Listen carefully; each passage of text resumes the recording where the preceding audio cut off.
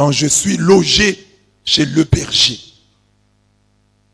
En ce 4e dimanche de Pâques, qui est considéré comme le dimanche du bon pasteur, le dimanche où on prie particulièrement pour les vocations, j'ai choisi comme thème de prédication quand je suis logé chez le berger. Il s'agit simplement de montrer ce qui nous arrive lorsque nous logeons chez Jésus, le divin berger. Dans cette monstration ou dans cette démonstration se trouvent 2 appels.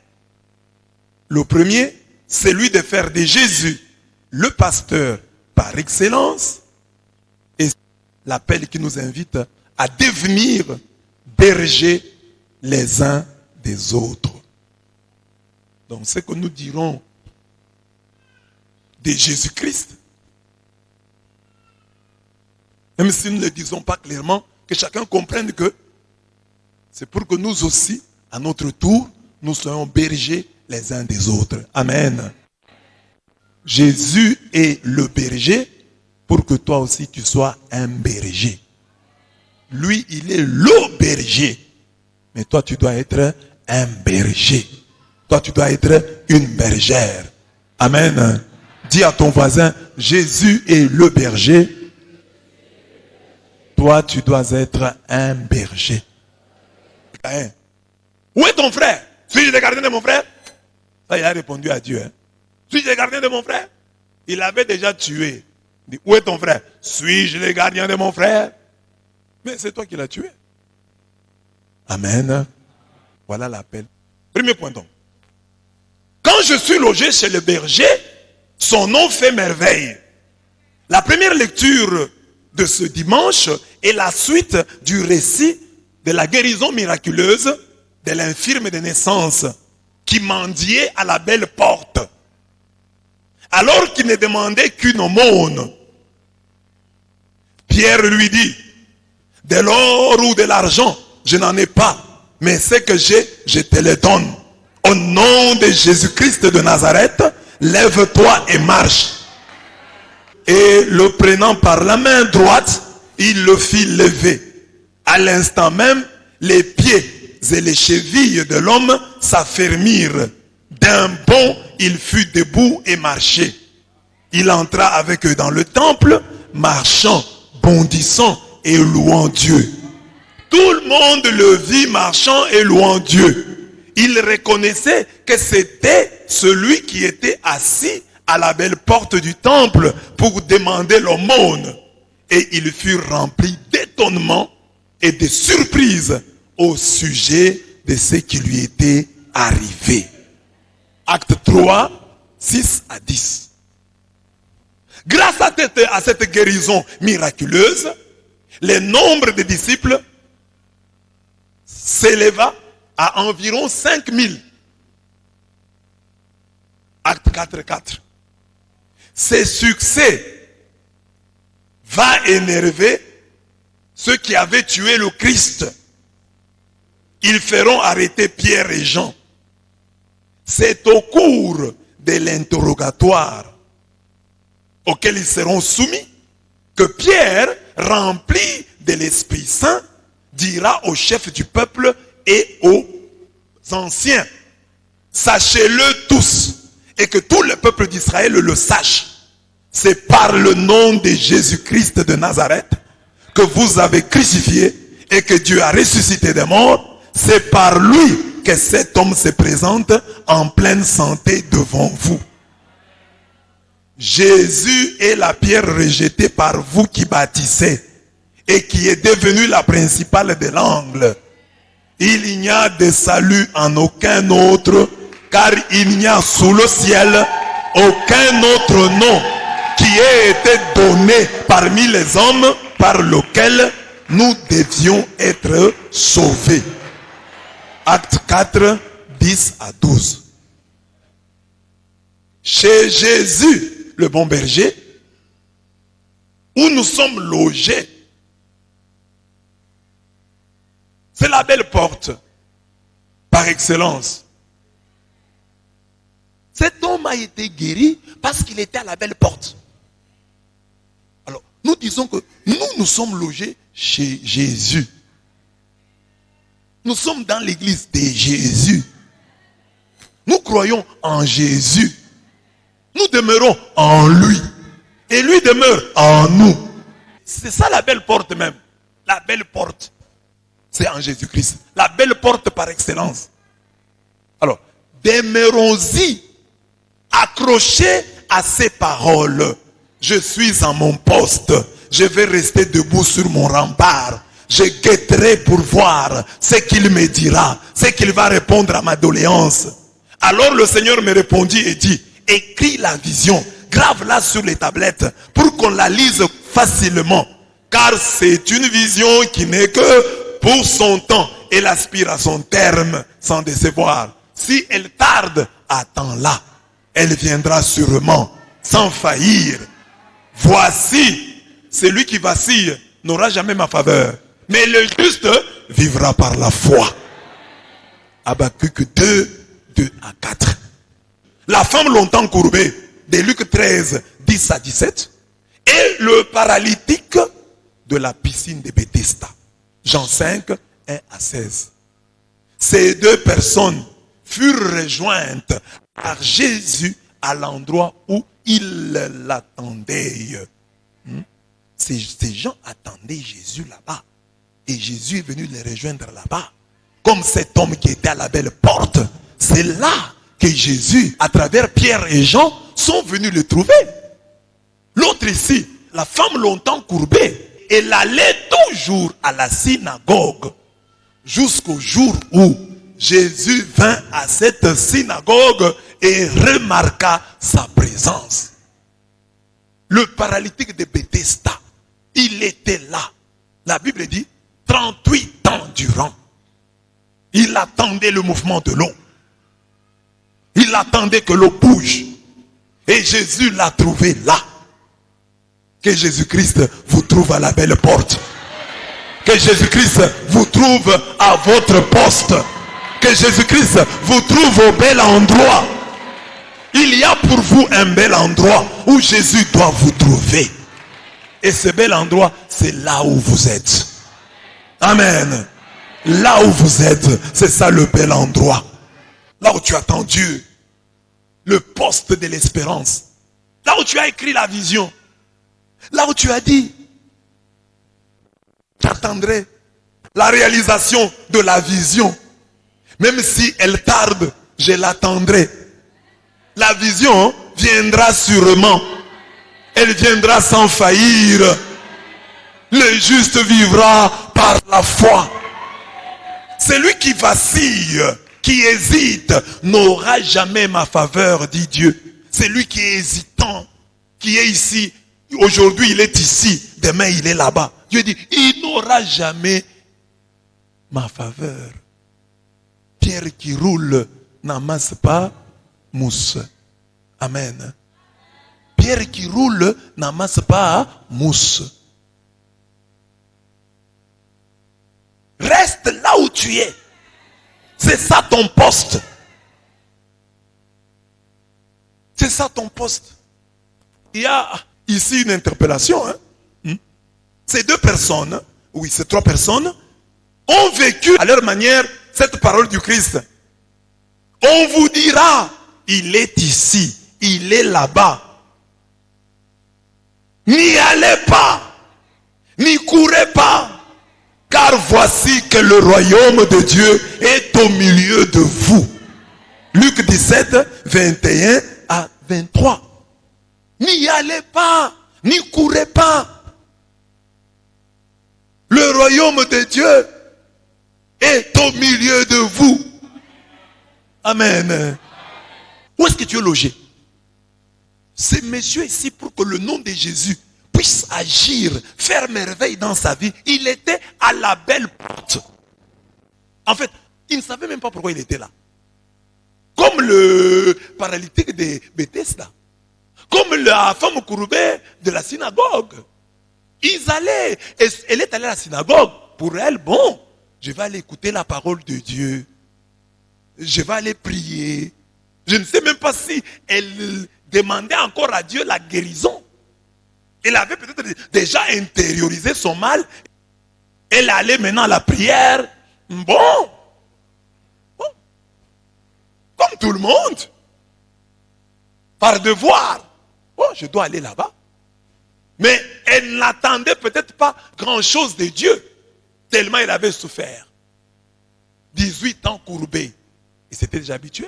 On l'appelait la femme courbée. Le paralytique de Bethesda attendait aussi autre chose.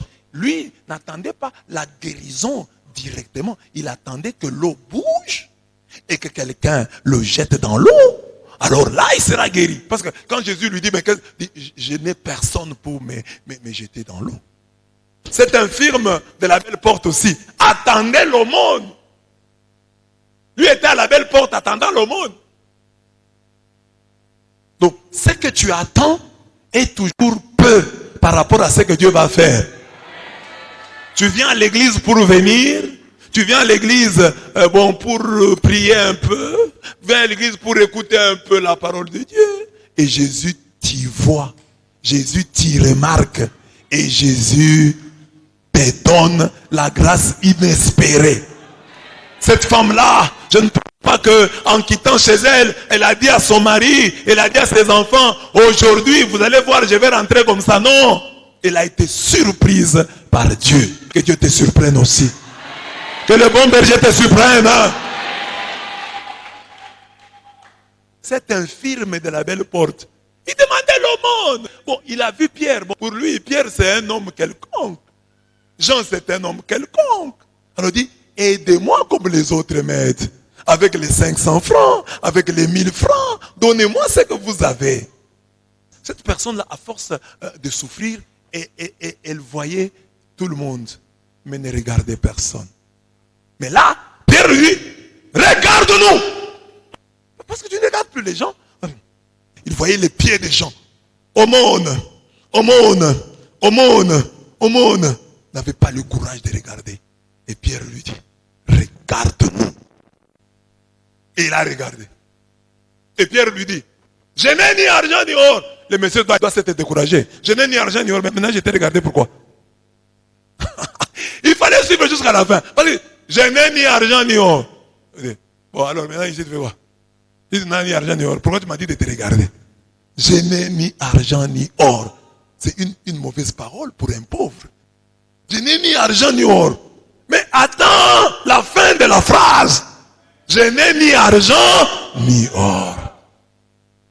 Si la phrase s'arrête là, tu rentres chez toi, main vide. Parce qu'il n'a ni or ni argent. Or, toi, tu attends là-bas, même un peu d'or, même un peu d'argent. Mais lui dit, je n'ai ni argent ni or. Ah, mais si tu n'as ni argent ni or, alors, tu vas me servir à quoi? La phrase ne s'est pas terminée. Mais ce que j'ai, je te le donne. Alors il a pensé, non, il va peut-être me donner ses chaussures. Il dit non, il va me donner ses chaussures, son pantalon, sa tunique ou quoi. Il va me donner peut-être quelque chose qu'il a dans le sac. Je n'ai ni argent ni or. Mais ce que j'ai, je te le donne. Bon, il regarde encore, dis-moi. Je n'ai ni argent ni or. Il est désespéré. Mais ce que j'ai, je te le donne. Il retrouve espoir. Mais il est toujours dans l'humain, trop humain, dans le matériel. Il dit non, peut-être il va me donner quelque chose qu'il a sur son corps. Parce qu'il dit, mais ce que j'ai, je te le donne. Peut-être il a commencé à regarder les chaussures. Est-ce qu'il porte la même pointure que moi? Il a regardé la taille de Pierre. Est-ce qu'il a la même taille que moi? Pour que ce qu'il a là puisse me convaincre. Mais les pauvres, vous savez, ils n'aiment pas beaucoup quand on leur donne des objets. Ils aiment toujours l'argent. Nous, on avait des pauvres là en Espagne. Ils venaient demander de l'aide. Quand vous leur donnez du pain, ils n'aiment pas. Ils vous disent bien de donner moi l'argent, je vais aller payer du pain. Mais quand vous leur donnez du pain, ils ne sont pas contents. C'est comme les militaires ici au Congo. Hein. Ils vous voient, ils demandent café. Donnez-leur le café. Ils ne seront pas contents. Maintenant, on lui dit, au nom de Jésus, lève-toi et marche. Ah, lui n'a pas bougé. La Bible montre que lui n'a pas bougé. Au nom de Jésus, lève-toi et marche. C'est quoi ça? Moi, j'attends l'argent, c'est au nom de Jésus. Moi, est-ce que moi je marche? Parce qu'on dit que, on dit qu'on lui a dit ça, Pierre a dû le tenir par la main. En tout cas, que Dieu nous fasse la même grâce. Quand même nous n'avons pas la foi, que quelqu'un nous tienne par la main. lui là, il a fait des années sans marcher. Et on lui dit, je n'ai ni argent ni or. Il est déjà découragé. Mais ce que j'ai, je te le donne. Il trouve un peu d'espoir. Au nom de Jésus, lève-toi et marche. Ah, papa, moi j'attendais que tu me donnes quelque chose. Tu me demandes encore des efforts. Que moi je commence à faire des efforts ici pour marcher. Je ne marche pas. Alors Pierre les tient par la main. Dans le chant on dit, et l'on vide s'élever d'un bond le boiteux, gavadant et sautant et bénissant Dieu. Au nom de Jésus, lève-toi et marche.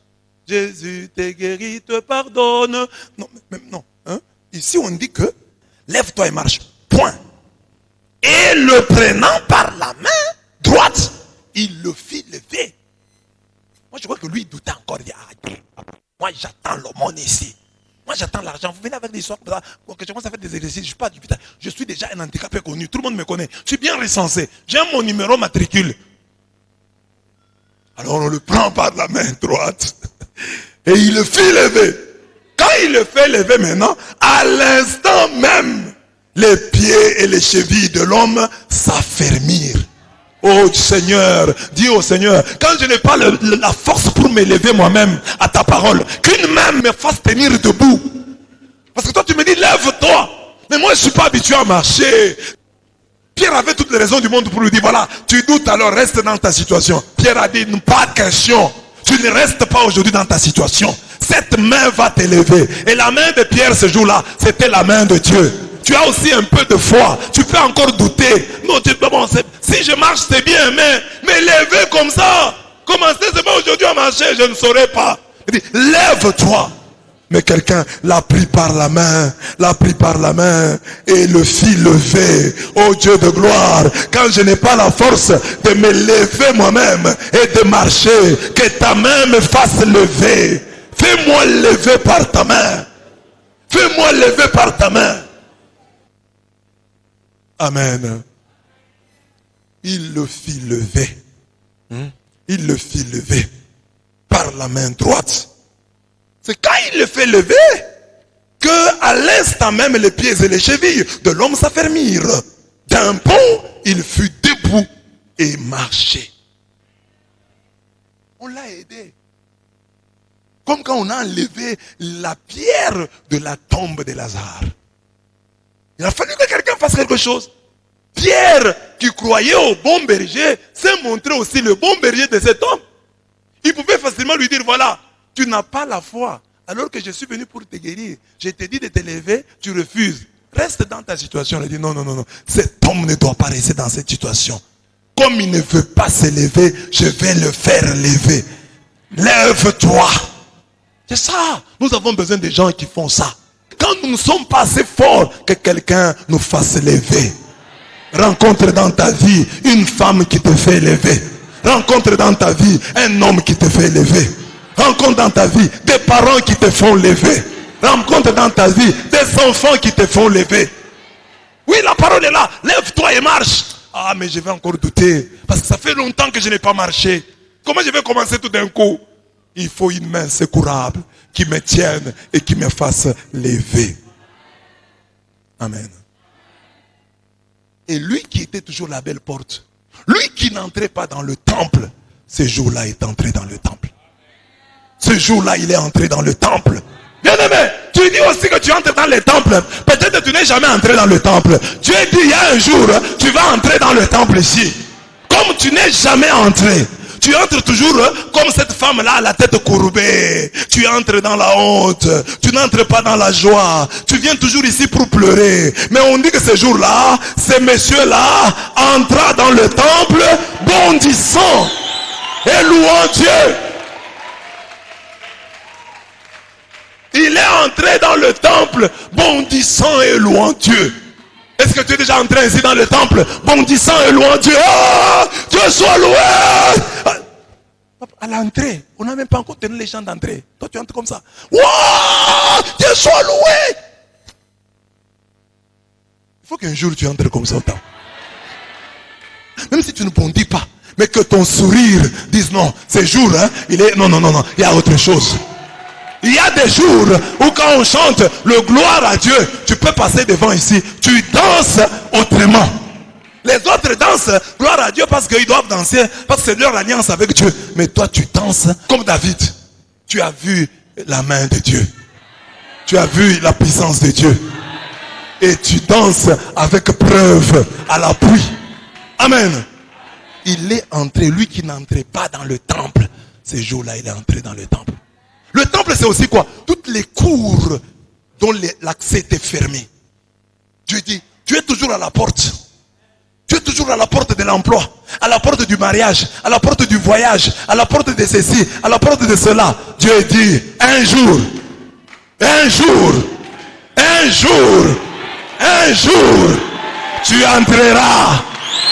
tu entreras. Là où tu es toujours à la porte là, tu entreras dans la cour des grands. Tu entreras dans le temple du travail. Tu entreras dans le temple de la bénédiction.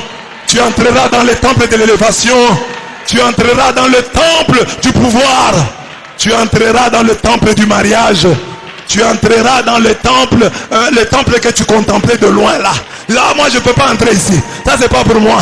Nous restons seulement à la porte. Mais un jour, Dieu dit, tu entreras. Dieu te fera entrer dans la cour des grands. Mais sois même à la porte. Ne t'éloigne pas de la porte. Au moins, sois à la porte. C'est aussi un enseignement donné aux gens qui disent que pour que moi j'entre à l'intérieur, il faut que Dieu me bénisse. Non. Pour que je persévère, il faut que Dieu me bénisse. Ce monsieur a persévéré dehors. Je voudrais commencer à venir à la prière quand je serai convaincu. Dieu dit non, pas question. Comme tu n'as pas encore de preuves, comme tu n'es pas encore convaincu, viens et reste même à la porte. Viens et reste même à la porte. Même si il y a des gens ici qui sont à la porte, ils ne sont pas vraiment chrétiens, ils ne sont pas vraiment paroissiens, ils ne sont pas vraiment engagés, mais ils sont là. Ce sont les gens qui sont à la porte. Que Dieu les bénisse aussi. Ceux qui ne sont pas engagés, ceux qui n'entrent pas vraiment, qui ne sont pas entrés vraiment, qui sont toujours un peu dehors, un peu réservés, et n'entendent bon, vos histoires là, vous voyez la paroisse, ils regardent la paroisse toujours avec un regard extérieur et critique. Que Dieu, qui a vu cet homme de la belle porte, les bénisse aussi. Afin qu'ils entrent autrement, qu'ils entrent marchant, bondissant, louant Dieu. Donc mon frère, toi qui n'as pas encore beaucoup de conviction, toi qui n'as pas encore vu la main de Dieu, toi qui hésites encore, Dieu te parle aussi à toi, il dit non, viens même comme tu viens là. Même si tu viens, tu dors. Viens ici pour dormir. Viens ici pour voir la fille là. Viens ici pour voir le garçon là. Viens d'abord. Sois seulement là. Dieu lui-même sait ce qu'il fera. Il était à la belle porte. Oh, il n'était pas à l'intérieur à la belle porte. Donc ceux qui viennent là pour les filles, ceux qui viennent là pour que telle les voix, bon, qu'ils soient là. Dieu lui-même s'arrangera.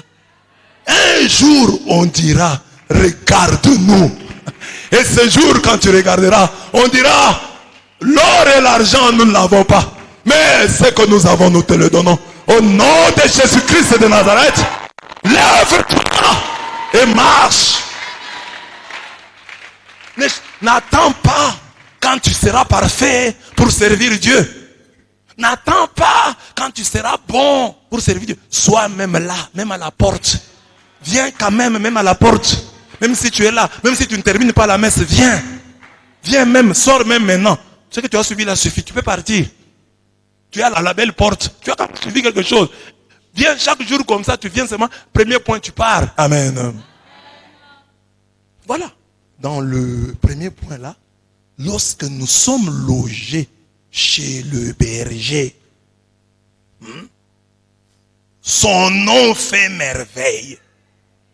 Ce monsieur n'était même pas logé vraiment, il était en dehors. Mais quand même, il a bénéficié d'un miracle. Et même quand il hésitait, on l'a pris, on l'a fait lever. Que dire de toi qui est à l'intérieur? Que dire de toi qui as cru? Donc il y a un espoir pour ton avenir. Le nom de Jésus va faire quelque chose. Amen. Amen. Alors, cesse de, aller à gauche, à droite. Ce monsieur n'allait pas à gauche. Lui, il dit, moi, mon endroit. Parce que les pauvres ont des endroits comme ça. Hein. Le pauvre ici dit, mon endroit, c'était l'endroit. Je serai toujours là. Hein, c'est à son endroit là. Il était à son endroit. À sa place. À son poste. toi aussi, aie un poste. Ne sois pas un chrétien aujourd'hui là-bas. Non, aie un poste. Comme ce paralytique, il avait son poste à la belle porte. Je serai là. C'est là qu'il chantait aussi à sa manière. J'attendrai jusqu'à ce que ta gloire descende. Elia, Elia, Elia. Il était là-bas. Elia.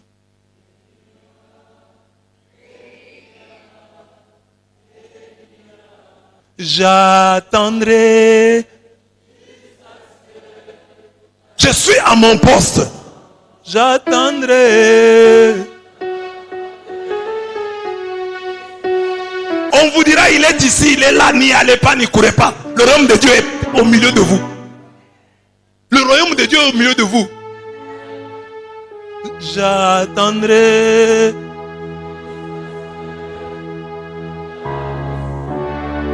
J'attendrai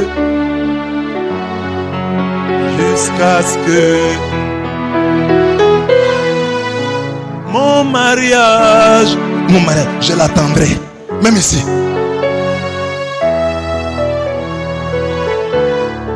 Mon voyage, j'attendrai.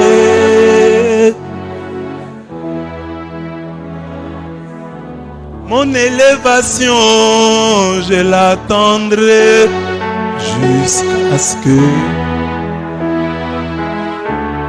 mon travail, je l'attendrai.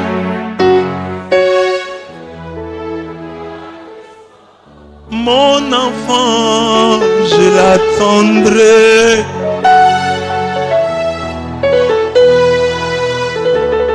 Mon mari, je l'attendrai.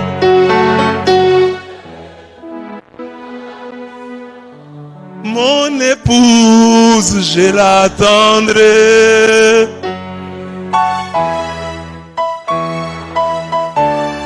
Ma guérison. Ne va pas à gauche, à droite. Mon élévation, je l'attendrai.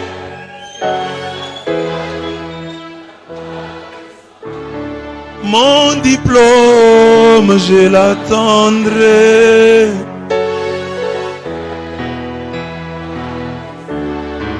Mon onction, je l'attendrai. Parce que ma parcelle tendrai jusqu'à ce que mes jumeaux, je les attendrai. Ma restauration, j'attendrai jusqu'à ma voiture.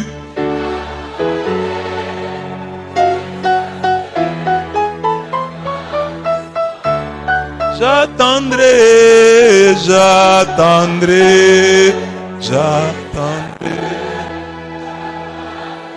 Reste à ton poste. Il y a même des matchs comme ça. La chance fait que parfois, mais c'est rare. Quand le match est à la fin, vous êtes mené, le gardien laisse son poste et va pour marquer. Et des fois c'est arrivé.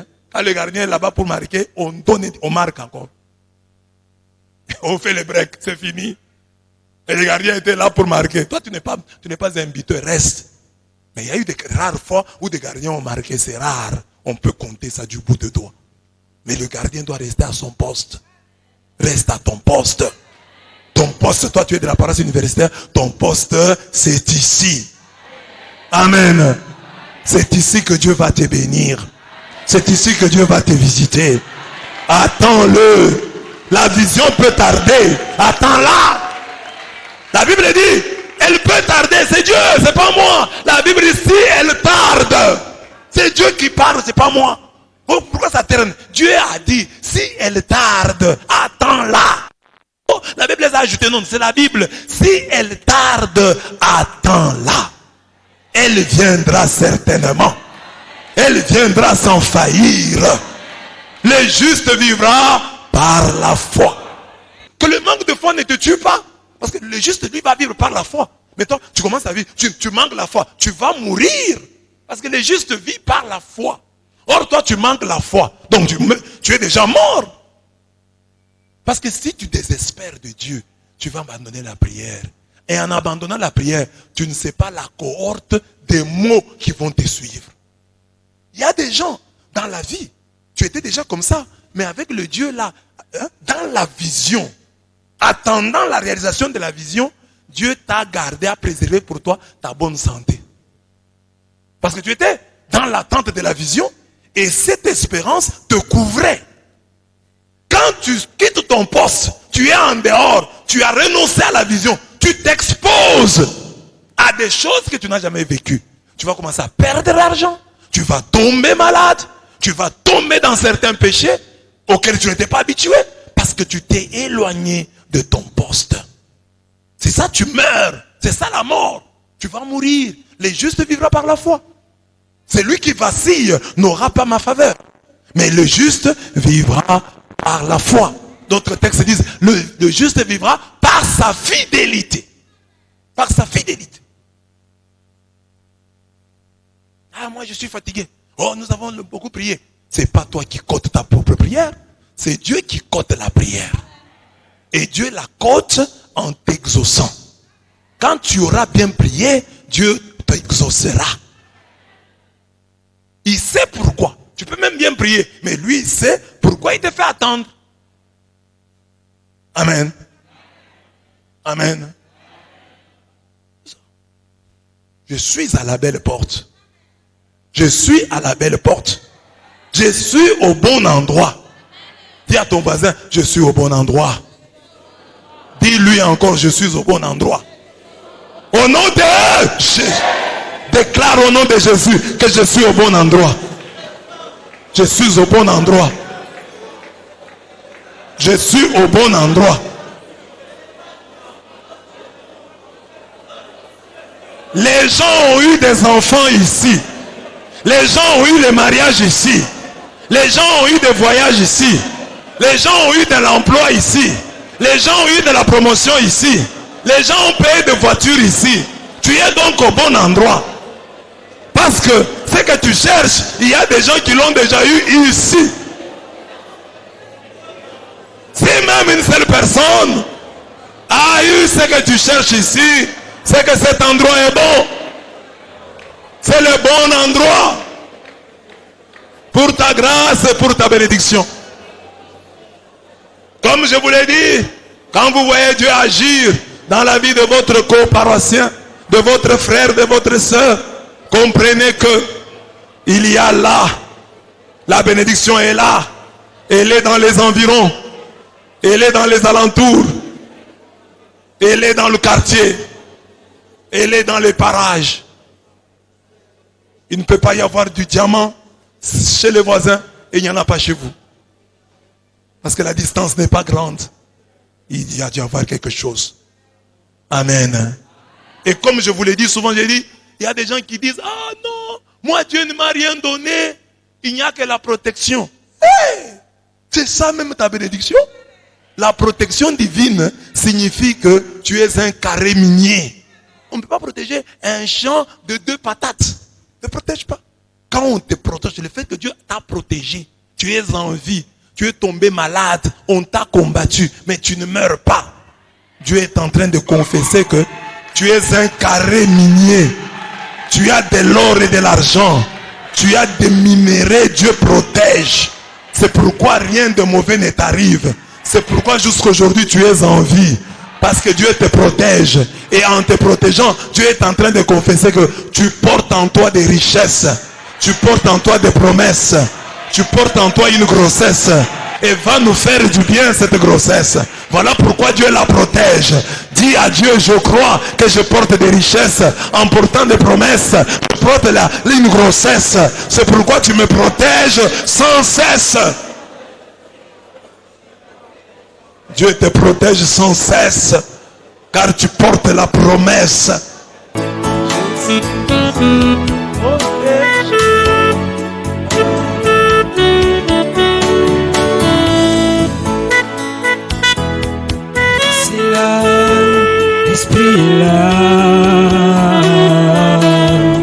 Le Père est là, le Fils est là, l'Esprit est là. Je suis sûr, protégé par la Trinité. Trinité à mes côtés, bonheur mijoté. Le Père est là, le Fils est là, l'Esprit est là. Je suis seul protégé par la Trinité. Le Père est là, le Fils est là, l'Esprit est là. Je suis seul protégé par la Trinité. Je suis seul protégé par la Trinité. Le Père est là, le Fils est là, l'Esprit est là. Le Père est là, le Fils est là, l'Esprit est là. Je suis seul protégé par la Trinité. Je suis à mon poste. Ça doit être la joie d'un chrétien. De savoir, malgré les problèmes, mais en tout cas Dieu m'a donné une grâce. Je reste à mon poste. Parce qu'il y a des gens qui attendent que, un jour, pour venir à la messe, je viendrai à cœur que veux-tu. Non, ça ne sera pas chaque jour. Il y a des jours où tu n'auras pas envie de venir, mais tu dois venir. Parce que te disant, c'est la belle porte. Tu aurais bien voulu que les riches là t'amènent de l'argent chez toi, mais non, mais tu dois être là. Tu dois être là, même si tu es malade, parfois, tu dis, je vais à la belle porte. Je peux avoir quand même quelque chose aujourd'hui, à cette belle porte. Cet esprit-là des mendiants, il doit nous caractériser, que j'aille seulement. Même si aujourd'hui, je ne suis pas fort, j'y vais même pour mes enfants. Même si aujourd'hui, je ne suis pas fort, j'y vais pour ma femme. Même si aujourd'hui, je ne suis pas fort, je vais pour mon mari. Même si aujourd'hui, je vais pour mes parents. Je dois être là. Peut-être le jour où tu es absent que Jésus va venir. À la synagogue, maman, femme a longtemps courbée, sois là. Le jour, c'est peut-être le jour où tu es absent. Peut-être il y avait beaucoup de femmes courbées. Mais ce jour-là, toutes les autres n'étaient pas venues. C'était celle-là qui était venue. Et ce jour-là, Jésus est venu. Jésus venait dans cette synagogue. Mais il ne guérissait pas peut-être les gens chaque jour. Mais ce jour-là, il a dit, je vais guérir. Oui, il guérissait d'autres malades. Il guérissait les aveugles. Mais ce jour-là, il dit, aujourd'hui, c'est cette femme courbée. Alors, qu'est-ce qu'il faut? Il faut être. Parce que nous ne connaissons ni le jour, ni l'heure. Sois là. Sois là. Sois là. À la belle porte. Ça, c'est sur le plan spirituel. Mais j'ai dit toujours, souvent sur le plan matériel, que l'enseignement, c'est pour que nous élevions Jésus comme le pasteur par excellence. Mais en même temps, que nous nous invitions à être les bergers les uns des autres. Alors chacun aussi doit faire un effort pour que la porte de cette église soit une belle porte. Amen. Matériellement parlant, que cette église, cette porte, soit une belle porte. Dis à ton voisin que par toi, la porte de cette église soit une belle porte. Demande-lui comment ça. Si tu me donnes quelque chose. La même pointure que toi. Tu lui donnes une paire de chaussures. Cette église, c'est vraiment la belle porte. J'ai eu des chaussures aujourd'hui à l'église. Quand je suis logé chez le berger, voilà ce qui m'arrive. Donc je suis à la bonne porte. Mais ce n'est pas tout. Lorsque nous sommes logés chez Jésus, le bon berger, le nom de Jésus devient l'unique monnaie qui a cours légal partout. L'Ancien Testament disait, pour se divertir, on fait un repas, le vin réjouit les vivants, et l'argent a réponse à tout. Ecclésiaste 10, 19 dit, l'argent a réponse à tout. L'argent résout tous les problèmes, disait Ecclésiaste 10, 19. Mais lorsque nous sommes logés chez Jésus, le bon berger, son nom devient l'unique monnaie qui qui a cours légal partout. Parce que tu peux avoir de l'argent. Tu as des francs congolais. Il y a des endroits où on peut refuser. Tu ne peux pas aller dans un magasin avec le franc congolais en Russie. Tu payes des histoires. Votre monnaie, monsieur. Va chez les cambistes, peut-être. Ils peuvent t'échanger s'ils acceptent. Mais cette monnaie-là, le franc congolais, tu peux l'avoir ici en millions et en milliards. Mais il y a des endroits où elle n'a pas cours légal. On ne la prend pas. Elle n'a pas de valeur. Même dans certains pays qui se respectent, hein, même le dollar, tu vas avec au magasin, on ne te vend rien. Il faut que tu ailles à la banque. Et que la banque te donne la monnaie locale. La monnaie qui a cours légal là-bas. Mais comme ça, au marché, comme ça, tu viens avec les dollars. On refuse. Les gens refusent de prendre. Amen. Alors, le nom de Jésus devient la monnaie. Parce qu'il dit, l'or et l'argent, nous n'en avons pas. Mais nous avons une monnaie qui achète ce que l'or et l'argent ne peuvent pas acheter. Donc le nom de Jésus devient l'or et l'argent par lesquels nous obtenons tout. Amen. Au nom de Jésus-Christ de Nazareth, lève-toi et marche. Ça va? Au nom de Jésus-Christ de Nazareth, lève-toi et... Ça va, hein? Au nom de Jésus-Christ de Nazareth, prends ton mariage. Ça marche. Amen. Au nom de Jésus-Christ de Nazareth, reçois la paix. Ça marche, non? Bon, mais si maintenant quelqu'un te donne $1 million, il dit, reçois le mariage. Tu es sûr que tu vas avoir le mariage? Si tu as $1 million, tu vas avoir le mariage? Tu vas avoir peut-être un mariage, mais pas le. La femme là peut t'aimer parce que tu as l'argent. Mais le bonheur comme tu ne l'auras pas. Mais le nom de Jésus te donne et la femme et l'amour. Te donne et le mari et l'amour. Amen. La monnaie, l'unique qui a cours légal partout. Le pouvoir n'est plus dans l'argent et l'or. Il est désormais dans le nom de Jésus-Christ de Nazareth. Le pouvoir n'est plus dans l'argent. Le pouvoir est dans le nom de Jésus.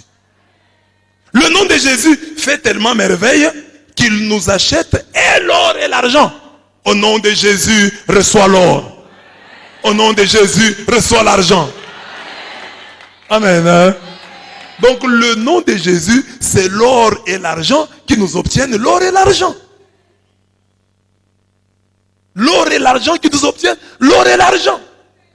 Parce qu'aujourd'hui, au nom de Jésus, on te bénit. Au nom de Jésus, reçois tes millions, reçois tes milliards. Amen. Amen. Nous avons été rachetés, non pas avec des choses périssables comme de l'argent et de l'or, mais avec le précieux sang de Jésus-Christ, l'agneau sans défaut et sans tache. 1 Pierre 1, 18. Donc, le nom de Jésus qui nous sauve, c'est sa personne. Et qui dit nom de Jésus, dit aussi sang. Tout ça, c'est imbriqué. Le nom de Jésus, c'est la personne de Jésus. Mais le nom de Jésus, le sang précieux nous sauve. Le sang de l'agneau. On le compare ici, on dit, nous n'avons pas été sauvés par des choses périssables comme de l'argent et de l'or. Nous avons été rachetés par le sang précieux de l'agneau sans défaut et sans tache. Tel nous avons été rachetés, tel nous achetons. Tel nous avons été rachetés, tel nous achetons. Nous avons été rachetés par le nom de Jésus. Nous avons été rachetés par le sang de l'agneau. Nous achetons aussi par le sang de l'agneau. Nous achetons aussi par le nom de Jésus. Amen. Et tout ce qu'un chrétien obtient en dehors de cette monnaie, cette monnaie unique, cette monnaie qui a cours légal partout, tout ce que tu achètes, tout ce que tu rachètes avec une autre monnaie ne dure pas, disparaît. C'est ça le ngwanzu spirituel. La monnaie, c'est le sang de Jésus. Mais toi, tu as des choses que tu as obtenues par des trucs, par des manœuvres, par des mensonges. À la question posée autrefois à Moïse, qu'as-tu dans ta main? Il répondit, un bâton. Exode 4, 2. À la question posée à une veuve, qu'as-tu à la maison? Elle répondit, ta servante n'a rien du tout à la maison, sauf une petite cruche d'huile. Là, c'était Exode 4, 2. Ici, c'est 2 Rois 4, 2. Exode 4, 2, 2 Rois 4, 2, la même chose. Qu'as-tu à la main? Moïse. Qu'as-tu à la maison? La veuve. Moïse dit, un bâton. Et c'est à partir de ce bâton que Moïse fera des prouesses en Égypte et dans le désert. Cette femme aussi va dire, j'ai seulement une petite cruche d'huile. À partir de la petite cruche d'huile, on multipliera son huile. Elle paiera ses dettes. Et ses enfants échapperont à l'esclavage. Qu'as-tu à la main? Aux uns les chars, aux autres les chevaux. À nous le nom de l'Éternel. Psaume 19 ou 28. On te pose la question, qu'as-tu à la main? Tendance toujours à dire, oh j'ai $20, j'ai $100, je n'ai rien. Dis au monde, dis au diable, que si les autres ont des chars, que si les autres ont des chevaux, moi j'ai le nom de mon Dieu, le nom de mon Seigneur, le nom de Jésus-Christ de Nazareth. Je n'ai ni or ni argent, mais j'ai le nom, et le nom que j'ai dépasse l'or et l'argent. Est-ce que tu as compris? Nous sommes dans le domaine spirituel, il faut interroger ça. Oh, moi je n'ai rien. C'est ça ton problème. Pierre et Jean avaient compris que même s'ils n'avaient pas l'or, même s'ils n'avaient pas l'argent, ils avaient quelque chose qui dépassait l'or et l'argent. Ça doit être l'intime conviction du chrétien. Que même si ma poche est vide, même si mon compte est vide, mais j'ai le nom. Je n'ai pas de chars, je n'ai pas de chevaux, mais j'ai le nom. Aux uns les chars, aux autres les chevaux, à nous le nom de l'Éternel. Il faut accepter ça, mes bien-aimés. Il faut accepter et croire que le nom de Jésus est véritablement plus qu'une richesse. Quand tu l'as et que tu l'utilises pour ce qu'il est, il fait merveille dans ta vie. Amen. Amen. Demande à ton voisin, est-ce que tu as quelque chose là? Tu as quelque chose. Tu as quelque chose. Amen. Amen. J'ai le nom de... J'ai le nom de... J'ai le nom de... Tu as le nom de Jésus. Alors, parce que tu vas dire, ah, mais souvent moi j'ai dit aussi au nom de Jésus. Mais parfois tu dis ça sans comprendre.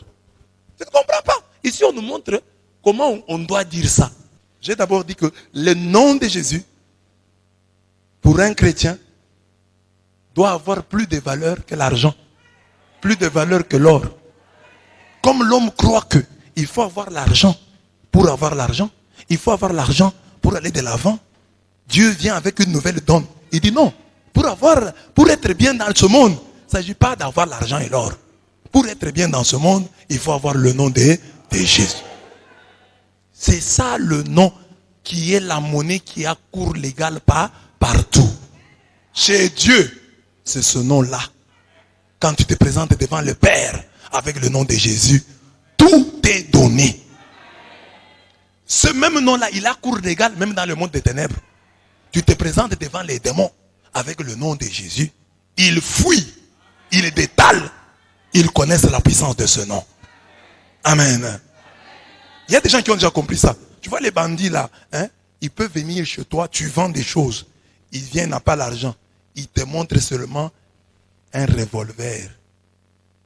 Sous son manteau là, il vous montre le revolver. Il dit, on ne va pas te donner. On ne va pas donner. Donc ils savent que, bon, ce n'est pas toujours l'argent. Même, c'est que tu ne peux pas obtenir par l'argent. Tu peux l'obtenir par une épée, par une arme. Alors, dans le nom de Jésus, nous obtient tout Parce que il est la monnaie qui accourt légal, mais qui dans le monde des ténèbres fonctionne comme une arme, comme une épée. Dès que tu te présentes dans ce monde-là avec le nom de Jésus, tout ce qui t'avait été pris t'est laissé, t'est restitué. Amen. Amen. Alors il faut avoir cette conviction-là. Quand tu dis au nom de Jésus, ce n'est pas une manière de terminer la prière. Parce que les gens disent, oh là là là, au nom de Jésus. Non, ce n'est pas une manière de terminer la prière. C'est une puissante conviction que tu dois avoir, fondée sur ces textes. Que quand j'ai dit ça, c'est-à-dire pour moi, c'est ça l'or, c'est ça l'argent qui me fera obtenir tout ce dont j'ai besoin. Amen. Tout ce dont j'ai besoin. Avec le nom de Jésus, tu payes même le ciel. Amen. Parce que c'est Jésus qui est le chemin, la vérité et la vie. Pour aller chez Dieu, il faut quoi? Jésus. Acclamons Jésus.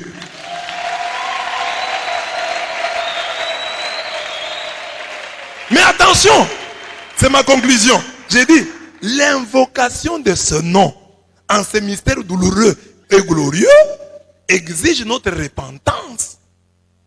Parce que Jésus dit, beaucoup me diront en ce jour-là, Seigneur, Seigneur, n'est-ce pas en ton nom que nous avons prophétisé? C'est-à-dire, les prophéties étaient vraies. Si quelqu'un les évoque au dernier jour, il dit, nous avons prophétisé en ton nom. C'était vrai. Ce n'était pas des fausses prophéties. N'est-ce pas en ton nom que nous avons chassé les démons? Les démons sont vraiment partis au nom de Jésus. En ton nom que nous avons fait bien des miracles.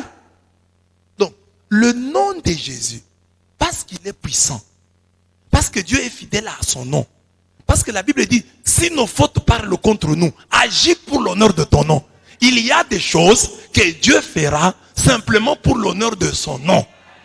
Parce que son nom a été invoqué. Dieu va dire, ici on me cite. Pour honorer mon nom, même si cet homme n'est pas mon homme, je vais faire ça. Mais lui me rendra compte après. C'est pourquoi ces gens ici ont prophétisé au nom de Jésus. S'ils évoquent ça à la fin, c'est que ces prophéties étaient vraies. Ils ont fait des miracles au nom de Jésus. C'est que ces miracles étaient vrais. Ils ont chassé les démons au nom de Jésus-Christ. C'est que les démons étaient vraiment chassés. Mais à ces hommes-là, qui ont vraiment prophétisé, qui ont vraiment chassé les démons, ces hommes-là, qui ont vraiment fait des miracles, Jésus leur dira en face, jamais je ne vous ai connu. Écartez-vous de moi, vous qui commettez l'iniquité. Matthieu 7, 22 à 23. C'est très important, parce qu'aujourd'hui, beaucoup d'hommes de Dieu pensent que pour être véritablement homme de Dieu, il faut avoir fait ces choses. Bon, c'est important, parce qu'on dit, les signes accompagneront les croyants. Mais ici, il y a des gens qui ont eu ces signes, mais qui vont aller en enfer, avec leurs miracles, avec leurs démons chassés, avec tout, avec leurs prophéties vraies, mais ils vont en enfer. Les 72 disciples revinrent tout joyeux, disant à Jésus, Seigneur, même les démons nous sont soumis en ton nom. Il leur dit, je voyais Satan tomber du ciel comme l'éclair. Voici que je vous ai donné le pouvoir de fouler aux pieds serpents, scorpions et toute la puissance de l'ennemi. Et rien ne pourra vous nuire. Cependant, ne vous réjouissez pas de ce que les esprits vous sont soumis, mais réjouissez-vous de ce que vos noms se trouvent inscrits dans les cieux. Luc 10, 17 à 20. Donc nous pouvons, comme nous avons prié là-bas, le nom de Jésus, le nom de Jésus. Jésus, par respect pour son nom, pour l'honneur de son nom, va opérer le miracle. Mais ce n'est pas parce qu'il y a un miracle dans ta vie que tu es en bon terme avec Dieu. Si nos fautes parlent contre nous, il y a des gens que les péchés accusent, mais Dieu agit simplement pour l'honneur de son nom. Mais alors Dieu ne veut pas que tu en restes là. Dieu veut que il agisse aussi parce que toi, tu es son enfant. Parce que toi, tu fais sa volonté. Parce que toi, tu l'aimes et qu'il t'aime. Parce que vous êtes en bon terme. Qu'il ne soit pas obligé d'agir pour l'honneur de son nom simplement. Qu'il agisse aussi parce que c'est toi. Amen. Amen. Parce qu'il dit, ce ne sont pas ceux qui me disent Seigneur, Seigneur, qui entreront dans le royaume des cieux, mais ceux-là qui font la volonté de mon Père. Dieu ne veut pas seulement que tu fasses des miracles. Dieu veut que tu fasses la volonté, sa volonté. C'est là qu'il y a appel à la repentance. Et la vraie joie du chrétien, ce n'est pas parce que tu as fait les miracles, tu as chassé les démons. La vraie joie du chrétien, c'est parce que ton nom est inscrit dans les cieux.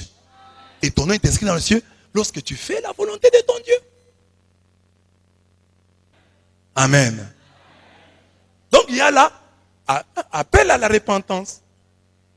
Appel à la repentance. Donc oui, le nom de Jésus est puissant. Dieu va agir. Ce que tu as dans ta vie là, il y a des choses que tu as dans ta vie. Il y a des choses qui fonctionnent par la puissance du nom de Jésus. N'oublions jamais la mésaventure des 7 fils de Sheva. Acte 19, 13 à 20. Vous pouvez la lire. Cette mésaventure. Ces gens-là, qu'est-ce qu'ils ont fait?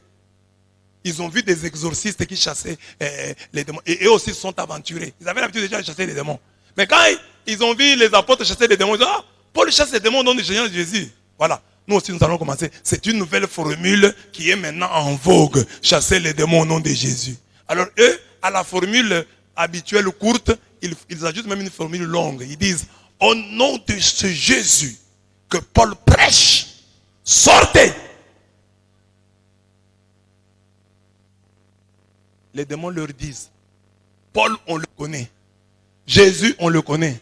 Et vous, qui êtes-vous? Les démons les ont frappés, les ont blessés et leur ont déchiré les habits. Pourtant, ils avaient la formule. Et une formule longue. Au nom de Jésus, pas n'importe lequel, que prêche Paul. Et les démons leur ont dit, merci beaucoup. Paul, on le connaît. Jésus, on le connaît. Vous êtes qui? Au lieu de refuser seulement, les démons qui étaient chassés ont commencé à les frapper. Les ont blessés et leur ont déchiré les habits. J'explique. J'ai dit, pour chasser le démon au nom de Jésus, il faut s'être fait un nom auprès des démons. Donc, il faut que tu sois déjà connu dans le camp des démons avant de venir les chasser. Parce que les démons disent, nous ne te connaissons pas. Tu viens nous dire quoi? Comment est-ce que les démons vont te connaître? C'est par tes victoires quotidiennes.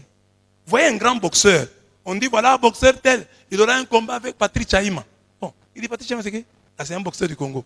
Dès qu'il te frappe, il ne retient pas ton nom. Parce qu'il a l'habitude de frapper les gens. Il ne retient pas ton nom. Un coup, tu es tombé. Deuxième boxeur, oh Fernand. Troisième boxeur, Roméo. Troisième boxeur, Jean Bosco Manita. Et Manita, là, c'est seulement, il feinte comme ça, Manita est tombé par terre, le combat est terminé. Est-ce qu'il va retenir le nom de Manita? On ne retient que le nom de ceux qui t'ont frappé. Le diable aussi veut voir des gens pour que, quand tu dis, je te chasse au nom de Jésus, dis, ah, ce petit m'a fait souffrir. Chaque matin, il se lève, il va à la messe. Quand je lui dis, reste un peu, dors, il refuse. C'est un rebelle. Ah, ce petit, c'est un petit têtu. Non, celui-ci vraiment. Donc que le diable te connaisse par ta résistance. Ce petit me résiste. L'autre fois, je lui ai dit de voler, il a refusé. Je lui ai dit de ne pas pardonner, il a pardonné. Il est humble, il a demandé pardon, il s'est demandé pardon. Ah, ce petit ici me fait souffrir. Tout ce que je lui dis, il n'accepte pas. Le diable là te connaît. Quand tu viens maintenant, tu dis, au nom de Jésus, dis, le petit là qui refuse ce que je lui dis. Le petit là qui me résiste. La petite là qui ne veut pas ce que je lui dis. Donc le diable te connaît par tes victoires. Fais en sorte que le diable te connaisse. Parce que ceux que le diable frappe, il ne retient pas leur nom. Le diable ne retient les noms que de ceux qui lui donnent du fil à retordre. Tu ne lui donnes pas du fil à retordre, il ne va pas te connaître, il n'y a pas nécessité pour lui de retenir ton nom. Tu es qui? Il retient le nom des vaincus. Non. Malheur aux vaincus. Il ne retient pas ton nom, mais il retient les noms des vainqueurs. Ce petit ici, le matin, il se lève tôt. Il arrive tard à l'église. Ce petit ici se confesse. Cette petite ici, elle aime beaucoup la confession. Juste, elle vient de pécher un peu, mais regarde comment elle regrette. Elle vient demander pardon. Oh, non. Le petit combat. Tu dis, je ne me réveille pas. Je vais dormir aujourd'hui. J'ai fait la grasse matinée. Fais la grasse matinée. Le diable n'aura même pas besoin de te connaître. Or, il faut qu'il te connaisse. Et on te connaît par tes victoires. Saül demande à David après la victoire. Mais on dit qu'on lui avait même présenté que c'est David, le fils de Jessé. Mais il n'avait pas retenu. Un petit chantre de rien du tout, c'est qui? Mais quand David a frappé Goliath, et que les femmes ont commencé à crier, David, David, David. C'est le fils de qui? Parce que la victoire l'a fait connaître. Tu négliges les petits combats. La mésaventure de sept fils de Sheva doit nous aider. Ils avaient la formule correcte. Au nom de Jésus. Ils ont dit, au nom de Jésus. Mais, non. Au nom de Jésus que Paul prêche. Jésus, on le connaît. Paul, on le connaît. Vous êtes qui? Sache que Satan ne retient les noms que de ceux qui l'emportent sur lui. Les noms de ceux qui lui donnent du fil à retordre. De ceux qui lui rendent la tâche difficile. Amen. Quand je suis logé chez le berger, son nom fait merveille. Et nous avons vu à travers l'histoire de l'infirme de la belle porte. Il est guéri. C'est ça sa merveille. Mais de l'autre côté, la merveille du côté de Pierre et des gens qui obtiennent ce qu'ils voulaient par la puissance du nom de Jésus. Le nom de Jésus dans la vie de Pierre et de Jean à travers cet épisode a plus de valeur que l'or et l'argent. Et c'est à cela que l'Église veut nous amener aujourd'hui. Sachez que le nom du bon berger, Jésus le berger des bergers, le premier des bergers, son nom vaut des milliards de dollars, vaut autant de lingots d'or. Amen. Je vous ai même raconté ici des témoignages donnés dans un livre de Jean Pliat. Il dit, il y avait des démons, je ne sais pas au Nigeria ou dans quel pays, des sorciers. Un sorcier est allé travailler dans le monde des ténèbres. Au retour, il est bloqué par d'autres sorciers. Il n'arrive pas à passer. Il est bloqué, il y a un blocage. Jean Pliat, racontant l'histoire, dit que les sorciers là s'est souvenu que lorsqu'il va souvent pour déranger dans les assemblées chrétiennes, il entend les chrétiens dire que le nom de Jésus est puissant. Et lui-même l'avait déjà expérimenté. Alors il a dit, je vais essayer, même si je suis sorcier, comme ici je n'ai pas d'autre coup. Dans le monde des sorciers, bloqué par d'autres sorciers, d'un autre camp, plus fort que le sien, ce sorcier-là a crié aussi, au nom de Jésus. Et il est passé. Alors il s'est dit, le nom de Jésus est venu à mon secours alors que j'étais sorcier, païen. Si je deviens chrétien, qu'est-ce que je ne vais pas obtenir par la puissance de ce nom? Il s'est converti et c'est lui qui a donné ce témoignage. Amen.